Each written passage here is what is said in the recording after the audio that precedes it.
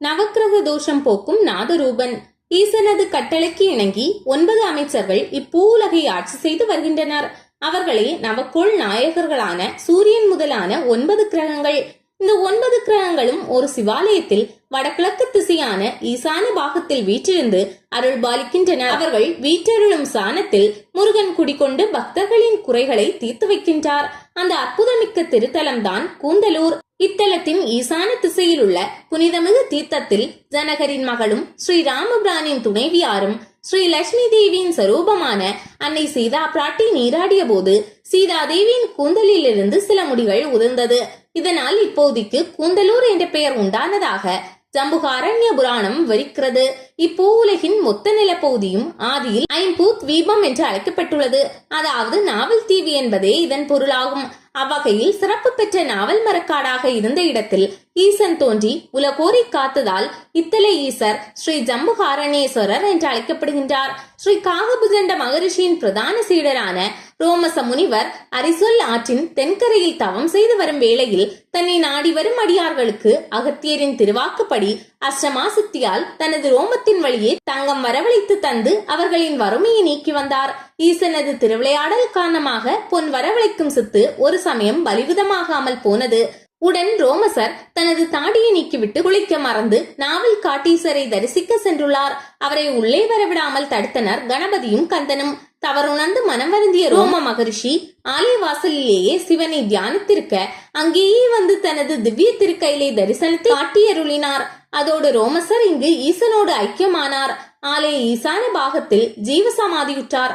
அதன் மேலே கந்தனும் கோயில் கொண்டார். ரோமசர் தபோரிஷி மட்டுமில்லாமல் ஓ சிறந்த சித்த புருஷரும் ஆவார்.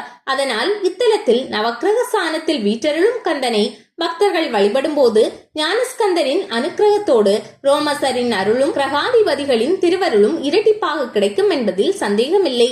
இத்திருத்தலத்தை திருநாவுக்கரசர் தனது கஷேத்திர கோவையில் வைப்புத்தலமாக போற்றியுள்ளார்.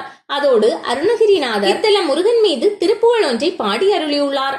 கிழக்கு நோக்கிய ஆலயம் தோரண வாயிலுடன் திகழ்கிறது. ராஜகோபுரம் காணப்படவில்லை. உள்ளே நுழைந்ததும் முதலில் தென்புறத்தில் சித்தி கணபதி தனி சன்னதி கொண்டுள்ளார். வடகிழக்கு திசையான ஈசான திசையில் நவக்கிரகங்கள் இருக்கும் ஸ்தானத்தில் நவக்கிரகங்களுக்கு பதிலாக வள்ளி தெய்வானையுடன் கந்தன் குடிகொண்டு அருள்பாலிக்கின்றார். எதிரே சனீஸ்வரர் முருகனை பார்த்தவாறு காட்சி தருகின்றார். கணபதி மற்றும் கந்தனை வணங்கி பின் நேராக சிவன் சன்னதியை நோக்கி நகர்கின்றோம். முதலில் பலிபீடம் மற்றும் நந்தியம்பெருமான் காட்சி தருகின்றார். தென் திசை பார்த்தவாறு தனி சன்னதி கொண்டு அருள்மலை பொழிகின்றாள் அன்னை ஸ்ரீ ஆனந்தவல்லி. பின் வெளியே வந்து மகா மண்டபத்தில் நிற்கிறோம். இங்கே நால்வர் கணபதி மற்றும் திருமால் ஆகியோர் காட்சி தருகின்றனர். அதோடு இடதுபுறத்தில் அம்பிகையின் பழைய சிற்பம் ஒன்று காணப்படுகின்றது. கருவறையில் நெடிய பானம் கொண்டு திருவருள் கூட்டுகின்றார் ஸ்ரீ ஜம்புகாரணேஸ்வரர். அவரை கரம் குவித்து மனமுன்றி வணங்குகிறோம். ஆலயம் வலம் வருகையில் சிவாலய கோஷ்டமூர்த்தங்களை தரிசிக்கின்றோம்.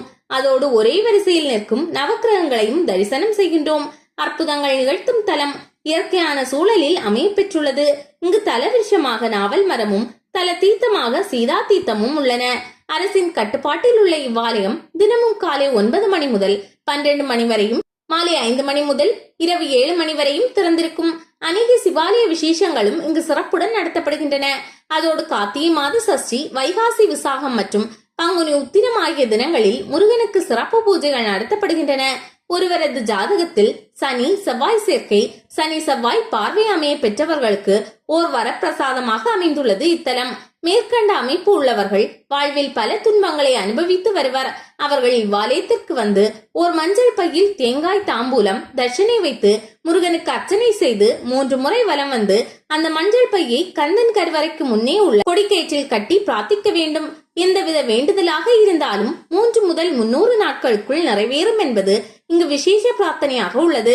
மேலும் சனி செவ்வாய் தோஷத்தால் பாதிக்கப்பட்டவர்கள் சனிக்கிழமை செவ்வாய் கூரையிலும் செவ்வாய்க்கிழமை சனி கூரையிலும் இங்கு ஆலயத்திற்கு வந்து முருகனுக்கும் சனிக்கும் அபிஷேகம் செய்து மாலை சாற்றி முருகனுக்கு சிவப்பு வஸ்திரமும் சனிக்கு நீல வஸ்திரமும் சாற்றி முருகனுக்கு செந்துவரை சுண்டலும் இனிப்பும் படைக்க வேண்டும்.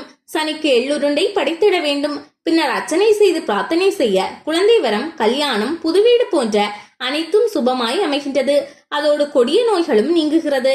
வறுமை நீங்கி செல்வ செழிப்பு உண்டாகிறது என்பது இங்கு வரும் பக்தர்களின் அனுபவபூர்வமான உண்மையாகும்.